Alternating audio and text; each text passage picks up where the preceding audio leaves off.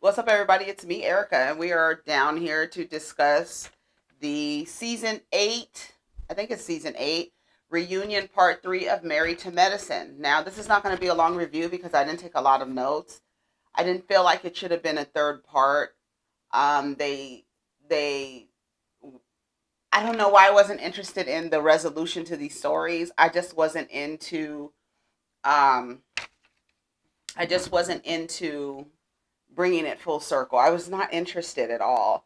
Um, the most interesting part of the review was what's her name's Scott and Contessa's relationship. That's the most interesting part of what's going on here, and it's really weird because it's really maddening to watch Contessa and Scott and how they relate to each other. It's maddening because it's like a bunch of different stories. Let's see what they start off. They start off with the life coach.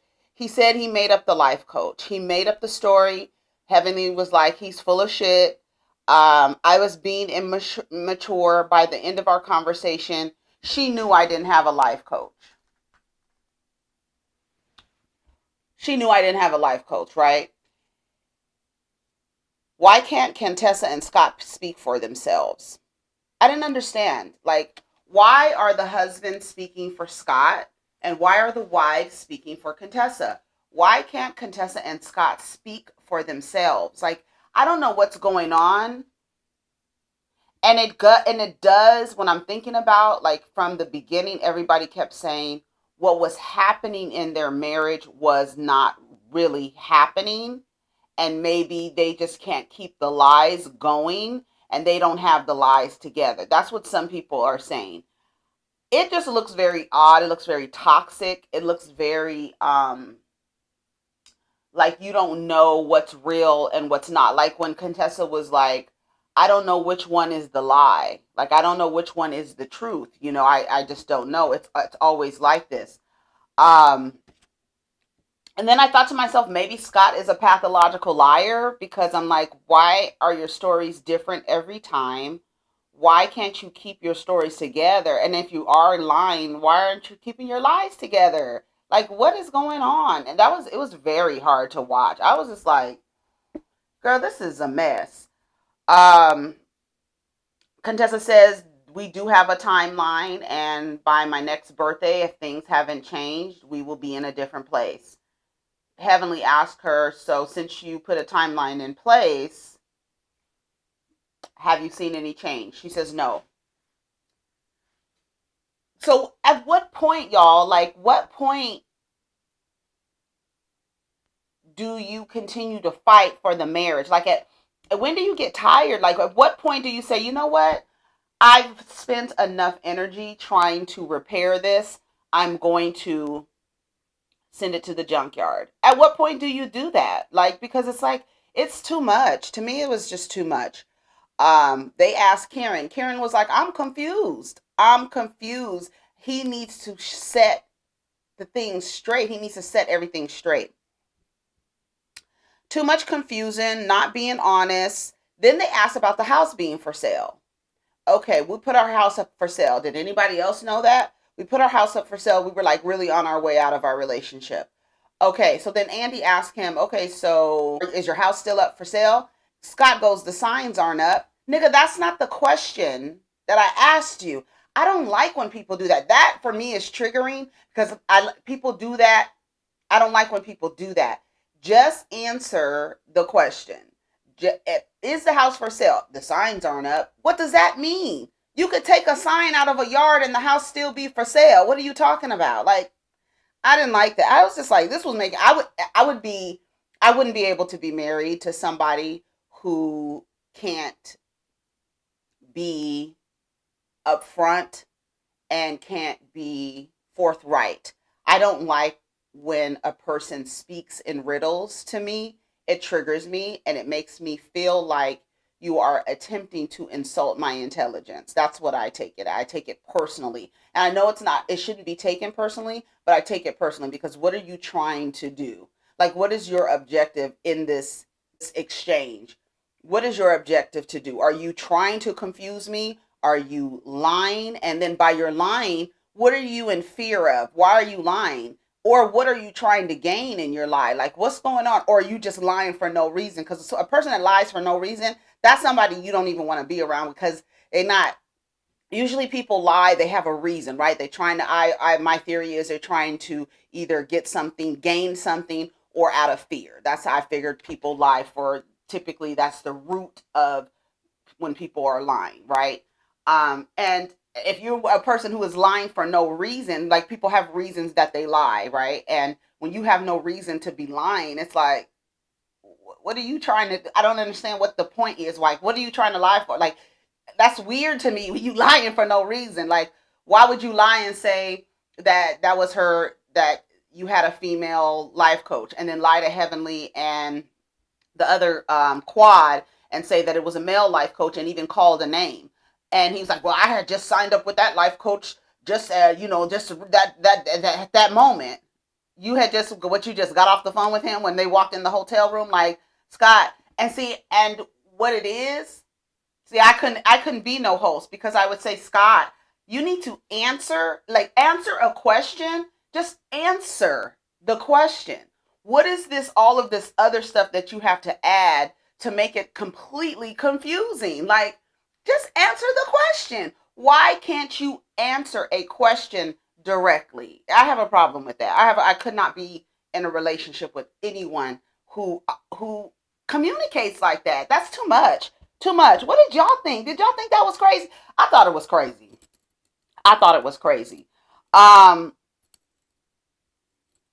see, so what?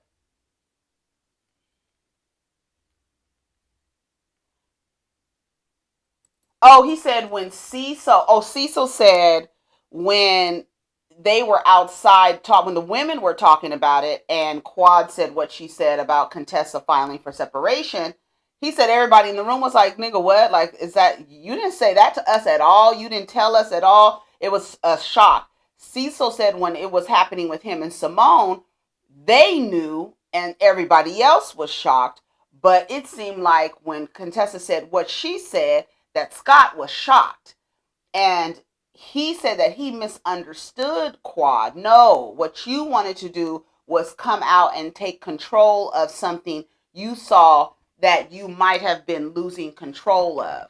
That's why I felt that Scott came out. Because I don't know if anyone else noticed that when Andy asks Contessa a question, Scott answers. What is that all about? Like, I don't know what the fuck is going on with Scott and Contessa, but the shit is mad weird. It's mad weird. It's mad fucking creepy. The shit looks fucking weird as hell. It looks fucking weird. I ain't never seen nobody in a relationship like that. Have y'all seen people in relationships like that? Like, that shit is crazy, because neither one of them can answer a direct question. Neither one of them can speak for themselves. And it's just like a bunch of confusion. So I don't know if it's Scott's doing that's making Contessa confused, or she's actually participating in the fucking circus. The shit is, I was like, at the end, I was like, I don't even want to watch this anymore, because this is weird as hell. And then when Kieran starts talking, she tells Kieran, don't say anything else, because I don't want you to feel the wrath of Scott. So then Andy actually really looked concerned. He looked genuinely concerned and was like, so what do you mean by the wrath of Scott? Like, what does that mean? And she's like, well, if Scott feels like he's backed into a corner, he's going to defend himself. And I just want everybody to leave here in a good space. And he was like, okay. But then Andy brings it up later. Like, I'm concerned that what is the wrath of Scott? Like, what does that look like? What does the wrath look like? Kieran's like, I'm not worried about anybody coming for me. I would never back him into a corner. He would not need to defend himself against me, but it is confusing. It is confusing. You have a bunch of different stories. You say one thing when you're out here, you say one thing in the back. It's just very confusing, and I'm confused. I feel like I'm reading a mystery novel, and every time you turn the page, it sends you in a different direction. That's what he said, and I agree with Kieran. I was like, this is weird as hell. It's weird, and it's really like The only word that I could think about is creepy. Like, it's very creepy. What I'm witnessing on the TV. I wrote right here, no direct answer. Like, the signs aren't up. So what does that mean? The signs aren't up. If I ask you, is your house still for sale? And you respond, the signs aren't up. Am I supposed to create my own story from that? And that's what Kieran was saying. And I feel like a lot of people who like to manipulate situations and who are manipulative will speak in riddles, right? I've been in a relationship with somebody who was like this, actually, when I'm thinking about it.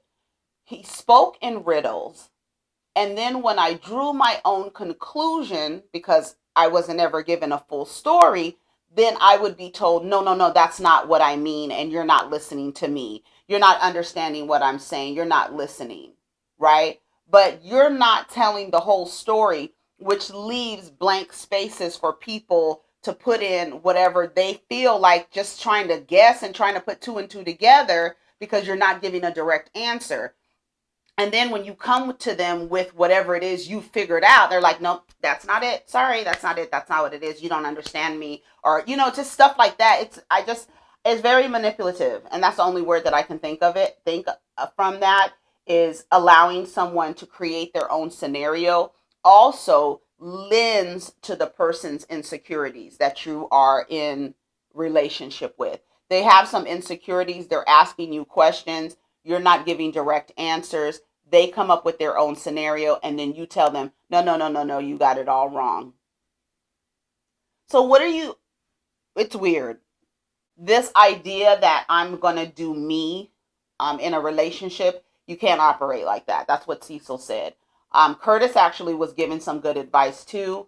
And it's weird because the way that men are in relationship with each other, they don't really like to tell on each other. They don't really like to hold their another they don't really like to hold each other's feet to the fire. So when your feet are to the fire, they're kind of like, I'm going to let him talk. I'm going to let him say it. I'm going to let him speak for himself. And then he's like, well, no, I mean, you could say, no, nigga, this is your life. This is your marriage.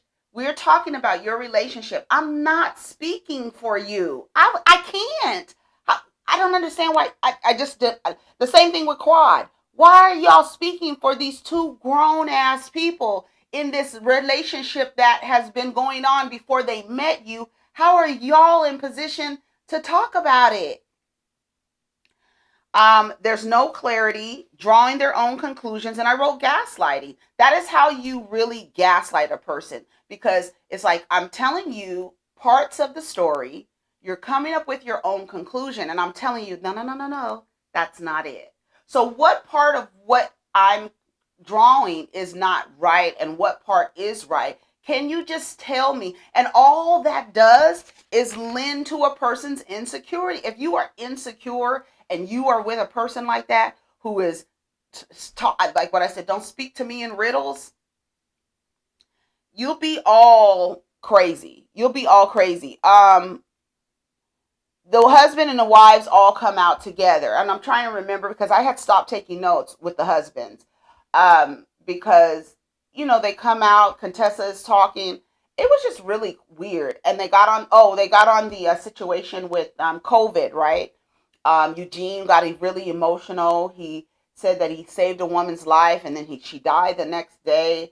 But in that part was really, really emotional. And he says, when everybody was kind of downplaying my experience in the ER, it just felt like it was like a all lives matter type of situation. And they all kind of laughed at it. And then Jackie, she chimed in, and she says, not to take anything away from your experience, but with my experience, it was very, very hard to take a child away from their mother right when they had them, because we had to make sure the child was, whatever, safe.